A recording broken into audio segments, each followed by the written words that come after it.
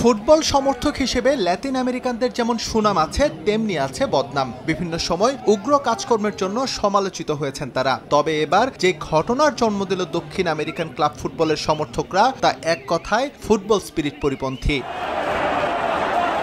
Latin club ফুটবলের দ্বিতীয় স্তর কোপা সুদ আমেরিকানার ম্যাচে চিলির ক্লাব ইউনিভার্সিদাদ দো চিলির মুখোমুখি হয়েছিল আর্জেন্টাইন ক্লাব ইন্ডিপেন্ডিয়েন্তে।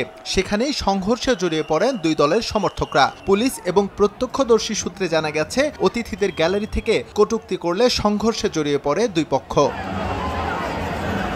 ফুটবল মাঠে এর আগেও হাতাহাতির বিভিন্ন ঘটনা আছে, কিন্তু এদিন দুই দেশের সমর্থকরা লিপ্ত হন রক্তক্ষয়ী সংঘর্ষে। ছুরি, কাঁচি, এমনকি লোহার রড ব্যবহার করে একে অপরের উপর ঝাঁপিয়ে পড়েন তারা। এই ঘটনায় হাসপাতালে ভর্তি আছেন কয়েক ডজন সমর্থক। এর মাঝে ৩ জনের অবস্থা আশঙ্কাজনক।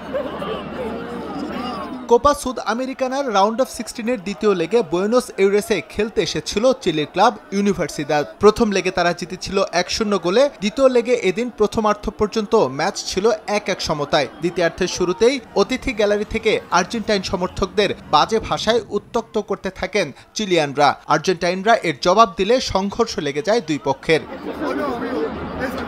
বিভিন্ন ভিডিও ফুটেজে দেখা গেছে, মারামারির এক পর্যায়ে গ্যালারি থেকে পড়ে যাচ্ছেন অনেকে। ধারালো অস্ত্রের আঘাতে অনেকেই আবার হয়েছেন রক্তাক্ত। প্রাণ বাঁচাতে শুধুমাত্র অন্তর্বাস পরে এদিক সেদিক ছুটাছুটি করছেন তারা। ইউনিভার্সিদাদ দো চিলির সমর্থকদের দাবি, আর্জেন্টাইন ক্লাবের সমর্থকরা তাদের শরীরের কাপড় খুলে নিয়েছে। এদিকে এই ঘটনায় আর্জেন্টিনায় অবস্থিত চিলি দূতাবাসের সামনে গিয়ে বিক্ষোভ করেছেন তারা। এই ঘটনার বিচার দাবি করেন তারা। শুধু তাই নয়, যারা মারাত্মকভাবে আহত হয়েছেন তাদের চিকিৎসা নিশ্চিত করারও দাবি তোলেন দেশটির নাগরিক। আমাদের প্রতি অন্যায় হয়েছে। ওরা নিজেরাই অপরাধ করে আমাদের কাঁধে দোষ চাপাচ্ছে। আমরা এই ঘটনার সুষ্ঠু তদন্ত চাই।